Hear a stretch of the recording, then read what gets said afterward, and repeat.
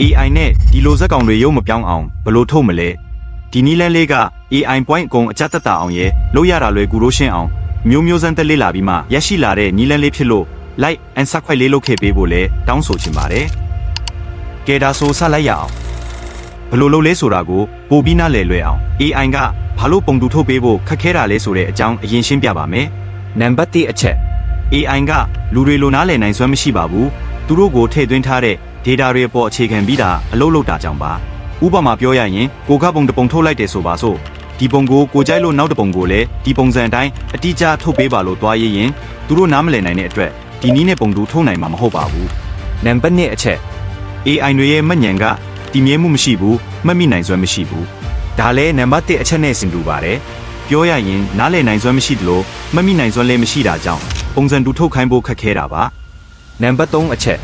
်ပုံစံမျိုးထည့်သွင်းလေ့ကျင့်ခံထားရတာကြောင့်ပါဥပမာပြောရရင်သပင်ရွှေရောင်နဲ့ကောင်မလေးပုံထုတ်ခိုင်းလိုက်မယ်ဆိုရင်သပင်ရွှေရောင်ချင်းတူပေမဲ့မျက်နှာအတွင်းပြင်မတူညီတဲ့ကောင်မလေးပုံတွေထွက်လာပါလိမ့်မယ်ဒါကြောင့်ပဲကိုလိုချင်တဲ့ပုံတိကျရဖို့ခက်ခဲတာပါ AI 9ကဒီလိုပါပဲ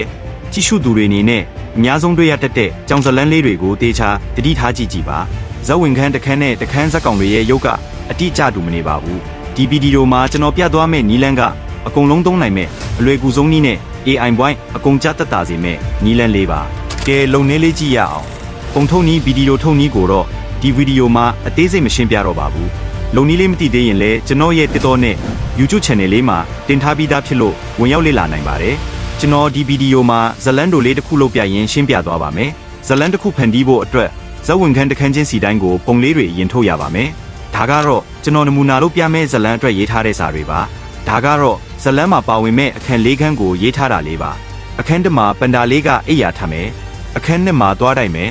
အခန်း၃မှာမနက်စာစားမယ်အခန်း၄မှာပန်းချန်ထဲမှာပြေးမယ်ဒါကတော့ပန်ဒါလေးရဲ့ပုံစံကိုရေးထားတာပါဒီနေရာမှာကျွန်တော်ကနမူနာပြတာဖြစ်လို့အရန်အချက်ကြမရေးပြတော့ပါဘူးဇက်ကောင်ရဲ့ပုံစံကိုပိုပြီးတိကျချင်ရင်ပိုပြီးအချက်ကြရေးတင်ပါတယ်ဥပမာမျက်လုံးလေးကပဲလို့နှာခေါင်းလေးကပဲလို့ဆိုပြီးအသေးစိတ်ရေးတာမျိုးကိုဆိုလိုတာပါဒါကတော့ကိုထုတ်မဲ့ပုံရဲ့စတိုင်ပါကာတွန်းဇက်ကောင်ပုံစံမျိုးထုတ်မှလားဘလို့ပုံစံမျိုးထုတ်ချင်တာလဲစတာမျိုးကိုဆိုလိုတာပါ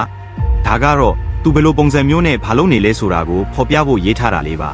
ဒီခန်းလေးခန်းလုံးမှာအတက်နိုင်ဆုံးဇက်ကောင်ကိုရုပ်မပြောင်းအောင်ဇက်ကောင်ရဲ့ပုံစံကိုလေးခန်းလုံးမှာပြန်ထည့်ရေးပေးရပါမယ်ကဲဒါဆိုဖီးပစ်ထဲဝင်လိုက်ရအောင်ဒီနေ့ကျွန်တော်အဓိကအသုံးပြသွားမယ့်တူးကဒီကောင်လေးပါဒါကကိုထုတ်ချင်တဲ့ပုံကိုဘလို့ပုံစံနဲ့တူချင်ပါတယ်ဆိုပြီးနမူနာပုံထည့်တဲ့နေရာပါဒါကတော့ကျွန်တော်ထုတ်ခဲ့ဦးတဲ့ပုံတွေပါဒီပုံတွေကနေကိုတူချင်တဲ့ပုံကိုရွေးလို့ရတယ်လို့ဒီကောင်လေးကိုနေပြီးတော့လေအခြားသူတွေထုတ်ထားတဲ့စက်တိုင်တွေကိုနမူနာယူလို့ရပါတယ်ကျွန်တော်ကတော့ဒီကောင်လေးကိုရွေးလိုက်ပါမယ်ပြီးရင်ဒါလေးကကိုရွေးလိုက်တဲ့ပုံနဲ့ဘလောက်ရာခိုင်နှုန်းတူချင်တာလဲဆိုတဲ့အတိုးလျှော့ချင်တာလေးပါကျွန်တော်ကတော့တရားထားလိုက်ပါတယ်ဘာလို့လဲဆိုတော့ကျွန်တော်ဇက်ကောင်ကိုဒီပန်ဒါပုံစံလေးနဲ့တူချင်လို့ပါပြီးရင်ခုနကရေးထားတဲ့အခန်းတစ်ခန်းချင်းစီကို copy ယူပြီးပုံထုတ်ပါမယ်နမူနာတစ်ခုပြပေးပါမယ်ပထမတစ်ကြောင်းကို copy ယူလိုက်ပါမယ်ပြီးရင်ဒီနေရာမှာထည့်ပြီးဂျန်နေဆိုတာလေးကိုနှိပ်လိုက်ပါမယ်ခဏဆောင်ပြီးပုံလေးရလာပါပြီကိုစိတ်တိုင်းကြတဲ့ပုံတွေ့ပြီဆိုရင်ဒီနေရာလေးကနေဗီဒီယိုဖြစ်ပြောင်းလိုက်ပါဗီဒီယိုလုံနေလေးကိုတော့တင်ပြီးသားမလို့အသေးစိတ်မပြတော့ပါဘူးအခုပြလိုက်တဲ့ညီအတိုင်းပဲဂျန်တဲ့အခန်း၃ခန်းကိုလည်းပုံထုတ်ပြီးဗီဒီယိုဖြစ်ပြောင်းရပါမယ်ဒီအဆင့်တွေအားလုံးပြီးရင်တော့ကိုစိတ်တိုင်းကြဗီဒီယိုအပ်တရပါမယ်ကဲဒါဆိုနောက်ဆုံးရလာတဲ့ဗီဒီယိုလေးကြည့်လိုက်ရအောင်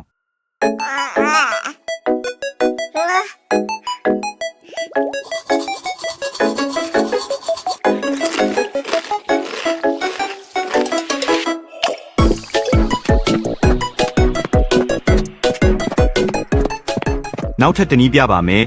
ဒီနည်းလေးကခုနကပန်ဒါဗီဒီယိုလုပ်လို့အခန်းတစ်ခန်းစီအတွက်ပုံထုတ်နေစရာမလိုတော့ပါဘူးဇက်ဝင်ခန်းအတွက်ရေးထားတဲ့စာတွေပေါ်မှာဒီကောင်းစဉ်လေးတက်ပြီးအကုန်လုံးကိုတခါတည်း copy လုပ်ပြီးထုတ်ရုံပါပဲဒါလေးကနမူနာထုတ်ပြထားတာလေးပါပုံတစ်ခါထုတ်ရင်တခါရုပ်ပြောင်းလဲတတ်တဲ့အတွက်ရုပ်ပြောင်းလဲမဖြစ်အောင်ပုံတစ်ပုံထဲမှာအခန်းလေးခန်းလုံးကိုပေါင်းထည့်ပြီးထုတ်တဲ့နီလန်းလေးပါအခုဒီပုံလေးတွေကိုကြည့်ပါအခန်းတိုင်းမှာရုပ်ပြောင်းလဲမှုမရှိတော့တာကိုတွေ့မြင်ရမှာပါပြီးရင်ဒီပုံလေးပုံကိုအဆင်ပြေရာ Photoshop နဲ့တစ်ခုစီပြန်ခွဲထုတ်ပြီးဗီဒီယိုပြောင်းလိုက်ရင်ရပါပြီဒီနည်းကဗီဒီယို quality ကိုအရန်ထိခိုက်မှုမရှိပါဘူးအခုကျွန်တော်ပြသွားတဲ့နီလန်းလေးနဲ့ဇလန်တိုလေးတွေကို AI point အကုန်ချတက်တာနဲ့လွယ်ကူစွာဖန်တီးနိုင်ပါတယ်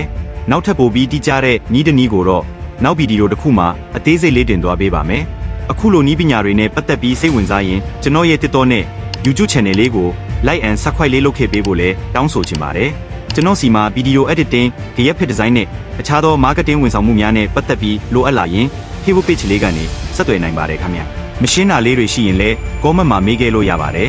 အားလုံးပဲမင်္ဂလာရှိတဲ့နေ့လေးဖြစ်ပါစေ